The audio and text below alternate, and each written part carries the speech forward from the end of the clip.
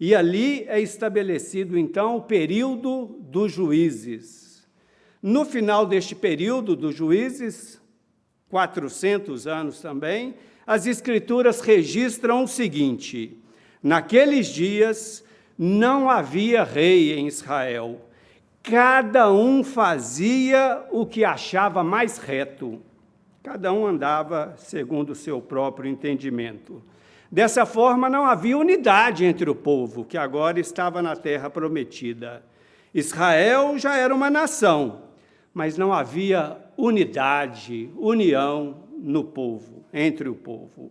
E eles então pedem um rei. Deus lhes concede Saul, o primeiro rei de Israel. Saul está no trono, permanece no trono por 40 anos.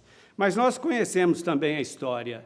Saul não foi um bom rei, desobediente a Deus, apegado muito mais aos seus próprios interesses do que trabalhando em favor do interesse do povo, muito mais preocupado em se manter no trono do que, de fato, estabelecer o seu trono conforme a vontade de Deus. E, reinando desta forma, não conseguiu promover a união, a unidade entre as 12 tribos de Israel. Após a sua morte, a desunião permanece. 11 tribos seguem seu filho, Esbocete, e fazem dele o rei, mas uma tribo segue a Davi, que já tinha sido ungido para ser o sucessor de Saul, a tribo de Judá. Após 7 anos de disputas, de divergências, Esbocete morre. E Davi é aclamado rei sobre todo Israel. As demais tribos o chamam para reinar sobre todo Israel. E sendo Davi agora, então, um bom rei, bem diferente de Saul, ele faz diversas conquistas militares, prospera em diversas áreas de interesse do povo e une, assim, politicamente as tribos de Israel. Mas ele continua trabalhando, com a ajuda de Deus, é claro. Leva a arca para Sião, para Jerusalém, organiza o culto e ele promove, assim, também a unidade religiosa, espiritual do povo de Israel. Como rei, então, agora de todo Israel, das 12 tribos, Davi vê todas as famílias se dirigindo a Jerusalém para adorar ao Senhor. E vendo esse movimento maravilhoso, de todas as tribos se dirigindo a Jerusalém para adorar, Davi, para celebrar esta preciosa, trabalhosa e demorada unidade, tanto política como religiosa, do povo de Israel, ele escreve este salmo. Escreve para que ele seja decorado e cantado, enquanto as tribos se dirigem para adorar em Sião. E enquanto caminham, então, orientados, dirigidos aqui, direcionados por Davi, o povo canta, e canta dessa forma: ó, como é bom e agradável viverem unidos os irmãos. Ó, que coisa boa! Que delícia! Esta é uma interjeição exclamativa que expressa isso, a admiração em relação à união. Viver em união é bom, faz bem, traz benefícios, nós sabemos disso, em família, na igreja, entre o povo. Viver em união é agradável, traz prazer, traz deleite, é agradável aos homens e agrada a Deus, porque é sua vontade para as nossas vidas, com toda certeza. Desta forma, então, é bom, é agradável, faz bem, traz benefícios, é uma delícia para aqueles que experimentam a união. E para ressaltar, então, registrar, ilustrar esta realidade, Davi faz aqui 2 comparações da união, 2 analogias em relação à união. A primeira dessas analogias está aí no verso de número 2. Escreve, registra Davi: a união é como óleo precioso sobre a cabeça, o qual desce para a barba de Arão, e desce para a gola de suas vestes. Devemos ter em mente sobre este óleo algumas coisas. Em primeiro lugar, que esse óleo era especialíssimo. Foi uma receita dada por Deus a Moisés, onde se obtinha esse óleo a partir da mistura do azeite e 4 finas especiarias. Esse óleo produzido só poderia ser usado para unção dos utensílios do tabernáculo e para a unção dos sacerdotes. Ele era tão especial que, se alguém do povo fizesse algo similar, ele deveria ser eliminado. Era um óleo especialíssimo. Mas, além de especial, era um óleo preciosíssimo. As especiarias eram raras, de alto valor financeiro. Mas ele era também muito cheiroso, de uma ótima fragrância, de um aroma muito agradável. E o que será, então, que Davi tinha em mente ao fazer essa primeira comparação? A união é como óleo. Será que a união é especial? Com certeza, especialíssima. Devemos buscá-la, trabalhar por ela. É de alto valor? Com toda certeza. Se nós experimentamos a união na nossa vida, a gente sabe o quanto ela é preciosa. É agradável? Com toda certeza, é uma delícia viverem unidos os irmãos. O reverendo Augustus Nicodemos, ao comentar esse texto, nos diz que, embora tudo isso seja pertinente ao óleo e, consequentemente, à união, o propósito de Davi é mais simples, e bem direto. O seu propósito é de destacar a unidade, a união. Como assim? Imagine a cena comigo, Uma quantidade abundante de óleo é derramada sobre a cabeça do sacerdote. E a gente sabe, o óleo não se espalha, ele escorre. E na medida que o óleo é derramado, ele vai escorrendo, cobre a face, desce pelo pescoço, entra pelas golas, desce pelo braço, vai pingando pelos dedos, mas continua descendo na medida que ele é derramado.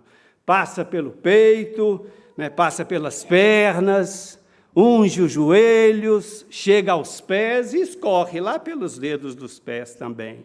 Dessa forma, o óleo caminha pelo corpo do sacerdote, até cobrir totalmente o seu corpo. Simbolizando assim o quê? A unidade, a união, a coesão, a integração de todo o corpo do sacerdote. E, por analogia, todo o povo de Israel. A união, então, é o que Davi quer destacar com esta primeira analogia. Embora as outras questões também sejam verdadeiras. Mas Davi também faz uma segunda comparação, uma segunda analogia que nós encontramos aí no verso de número 3. A união é como o orvalho do Hermon, que desce sobre os montes de Sião. Para entender melhor essa comparação, é necessário recorrer à geografia local. O Hermon é um monte que fica no extremo norte de Israel. Ele é altíssimo, 2.814 metros. Quase sempre, por causa da sua altura, ele está coberto por neve no seu topo. E como o lugar é quente, parte dessa neve derrete e escorre para o sopé daquele monte, alagando ali a região. Por causa do calor também a água evapora. Evaporando, forma densas nuvens ali na região. E com os ventos fortes, que também fazem parte da característica daquele local, essas nuvens úmidas são levadas a grandes distâncias. E sendo levada a grande distância, no caso do Hermon, a umidade cai como orvalho sobre o monte de Sião, que está lá no sul de Israel. A figura, então, a analogia, a comparação é clara e simples, Através do orvalho do Hermon, Davi vê Israel sendo unido do norte até o sul. Então, desta forma, a segunda comparação também fala de unidade, fala de união de todo o Israel. É isso que Davi quer ilustrar. Dessa forma, as duas comparações buscam dar ênfase àquilo que é excelente. E o que é excelente? A união entre os irmãos. Oh, como é bom e agradável viverem unidos os irmãos. É bom, é agradável, faz bem, é precioso, traz benefícios, é uma delícia, é como óleo, é como orvalho, mas não é nada fácil.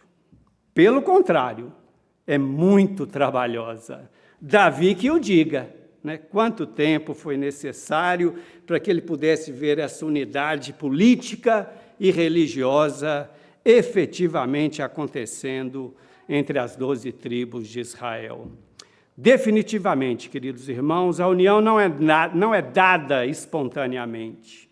Pelo contrário, ela deve ser sistematicamente buscada e trabalhada para ser produzida, para se tornar uma realidade, para ir além do mero discurso e da mera admiração, da mera intenção.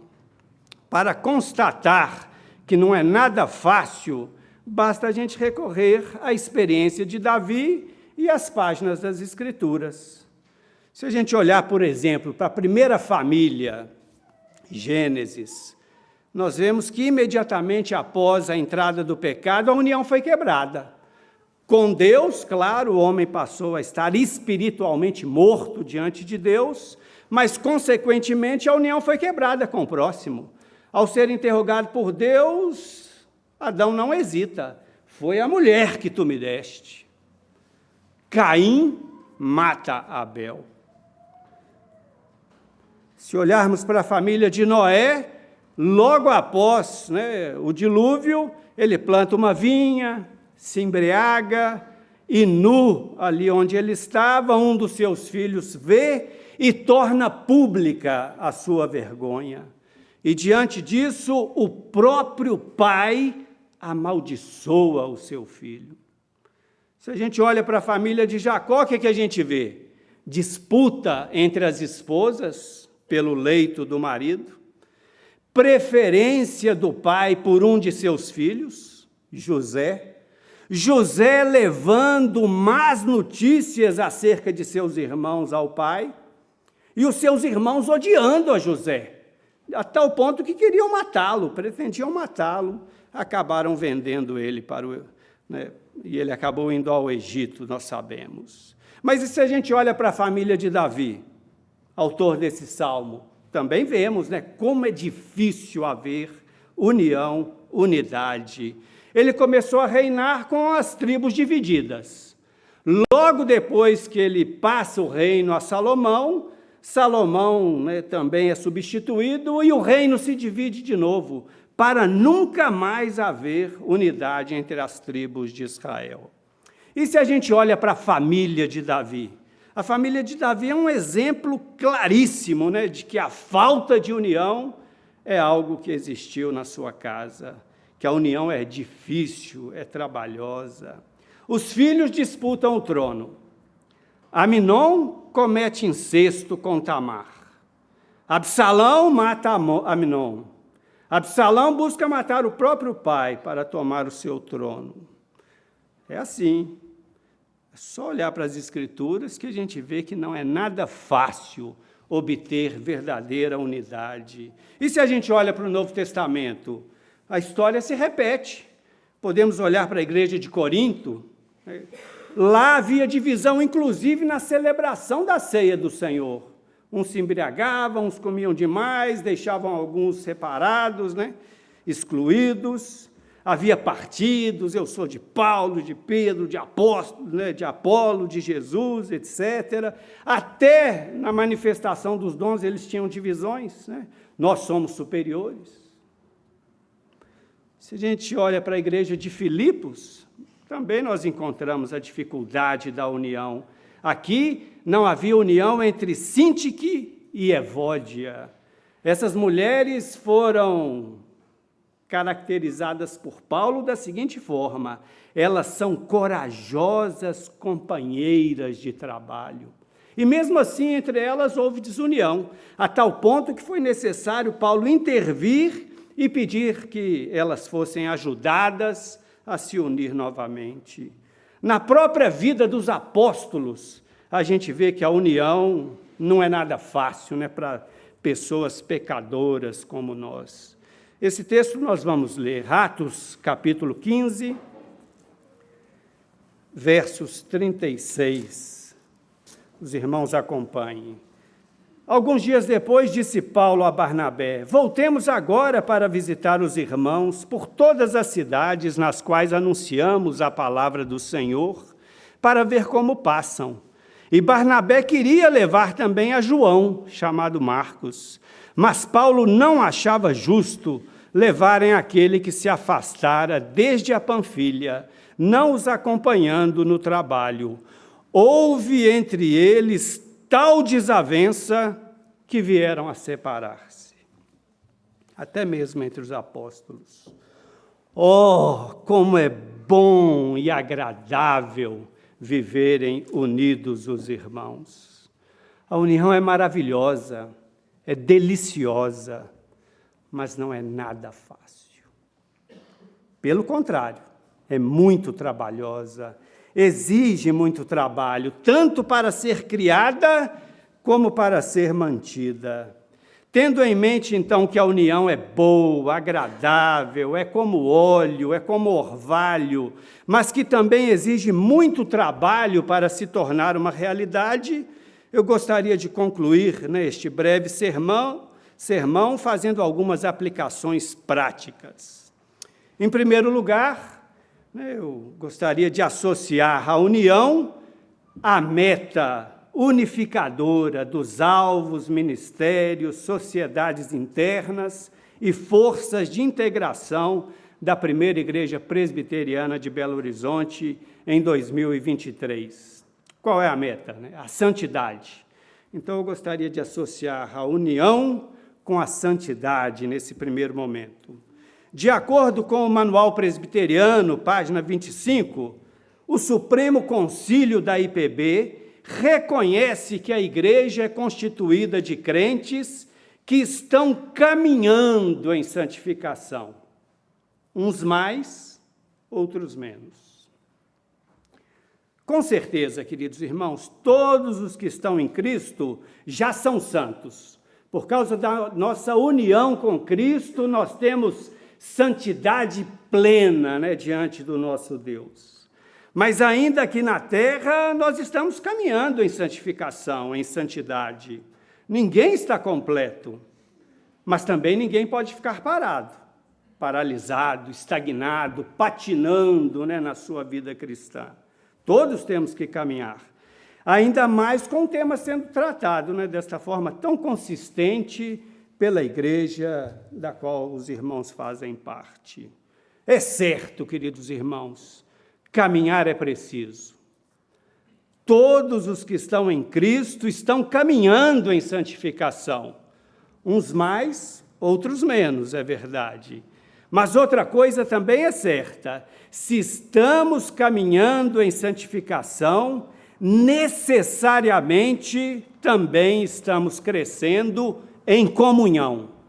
Não é possível dissociar as duas coisas. O reverendo Heber Campos Júnior diz assim: a vida com Cristo não afeta apenas nosso relacionamento com Deus, mas também nosso relacionamento com o próximo. Não é possível separar o nosso relacionamento espiritual do nosso relacionamento social. Não dá para dizer, com os irmãos está complicado, com os irmãos é indiferença, com os irmãos é distância de segurança. Mas com Deus está tudo bem, com Deus estou caminhando em santidade, em santificação. O reverendo Heber diz assim: não dá. Não é verdade. Porque a maneira como você ama a Deus necessariamente precisa transbordar na forma como você ama o próximo, como você ama o seu irmão. O apóstolo João escreve com todas as letras: quem não ama seu irmão, a quem vê, não pode amar a Deus, a quem não vê.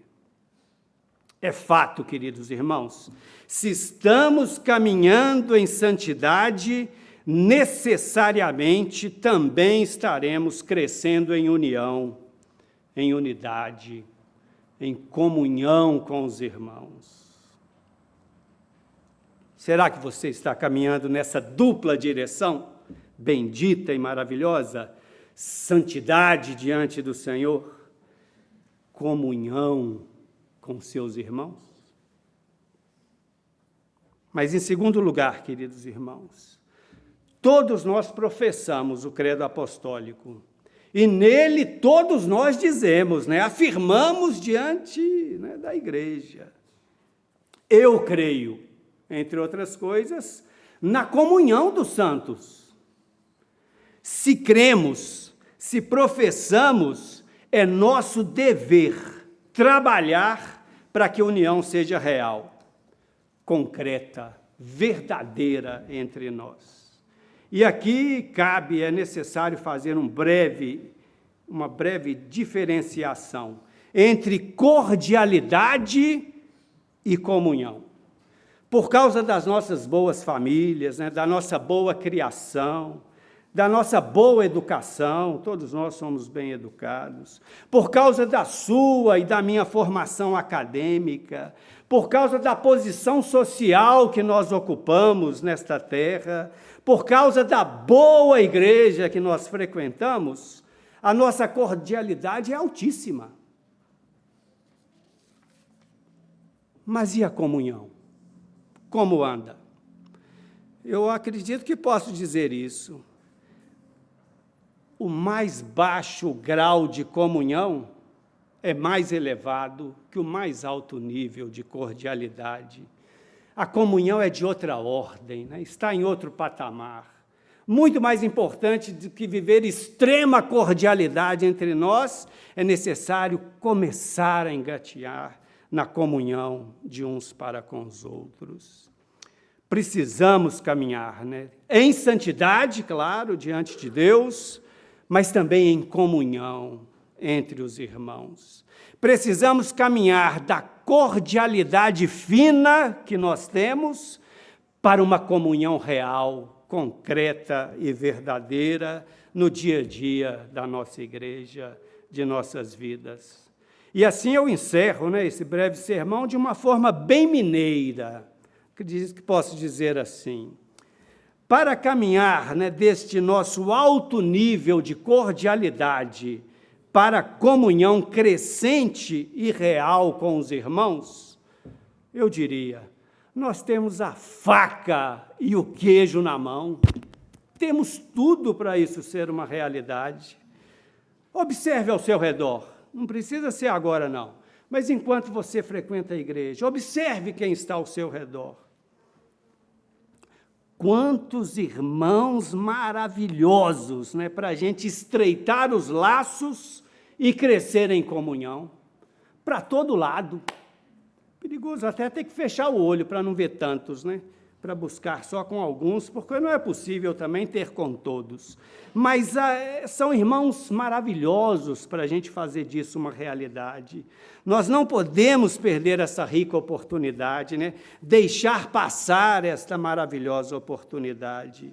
E permitam-me aqui dar um exemplo concreto, pessoal, simples, mas que Deus o use para a sua glória. Não sei porquê, um casal dessa igreja nos convidou para ir até a sua residência. Não entendo até hoje porquê. Mas lá eles serviram um hambúrguer artesanal que complicou a minha vida. Complicou pelo seguinte: primeiro, toda vez que eu como agora um sanduíche, eu lembro do sanduíche de lá, do hambúrguer de lá. Segundo, não passa vontade de comer de novo. Mas terceiro, e mais importante, eu não vejo a hora de retribuir a gentileza daquele irmão. Já estamos trabalhando para isso, para que agora eu receba, eu e minha esposa recebamos ele em nossa casa. E ao retribuir, então, necessariamente, o que é que vai acontecer? Não tem jeito, né? A gente vai passar mais um tempo junto, além do encontro aqui na igreja, teremos oportunidade de estreitar laços, conhecer mais e melhor a vida um do outro, compartilhar lutas em comum, o que, consequentemente, vai nos levar a orar mais, né, uns pelos outros, crescendo assim em comunhão, o que realmente importa. Com certeza, queridos irmãos, comendo alguns gramas de sal juntos, nós caminhamos da cordialidade para a comunhão real. Ah, irmãos, todos nós podemos ter um alto nível de cordialidade de uns para com os outros. E temos. Mas, sinceramente, nessa manhã a gente precisa responder essa pergunta, né? Diante de Deus, claro, cada um por si mesmo, cordialidade no máximo. Mas como será que está o seu nível de comunhão com os irmãos dessa igreja?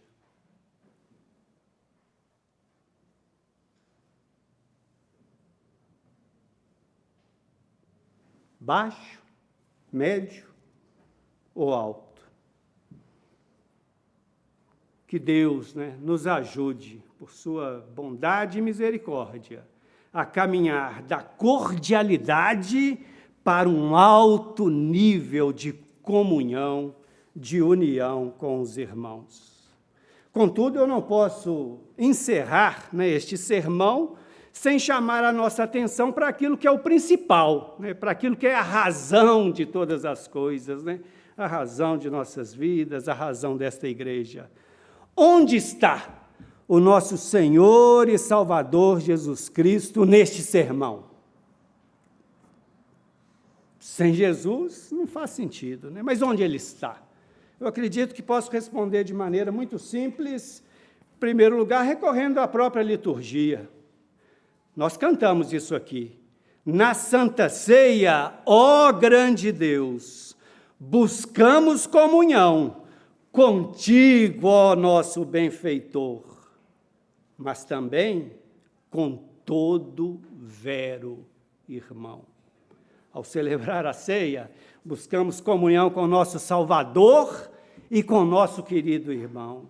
Mas, além da ceia, eu acredito que João, capítulo 17, responde essa pergunta de forma contundente e maravilhosa. Em João 17, nós temos a oração sacerdotal do Senhor Jesus por nós. E lá ele ora assim: Pai, eu rogo por aqueles que vierem a crer em mim, não somente pelos que estão aqui, pelos que virão a crer, nós. Jesus está orando por nós, né? E ele orou por nós. E ao orar por nós, ele pede ao Pai: Pai, santifica-os na verdade, o tema deste ano. A fim de que todos sejam um, ele acrescenta um pouco abaixo na sua oração.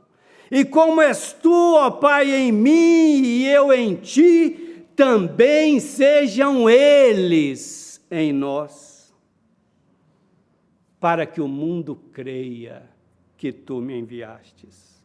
Que Deus, né, por meio do seu Espírito Santo, nos ajude a caminhar em santidade, mas, consequentemente, também na comunhão uns com os outros, para que o mundo creia, para a glória de Deus, né, o nosso Pai, e para o bem de toda a igreja.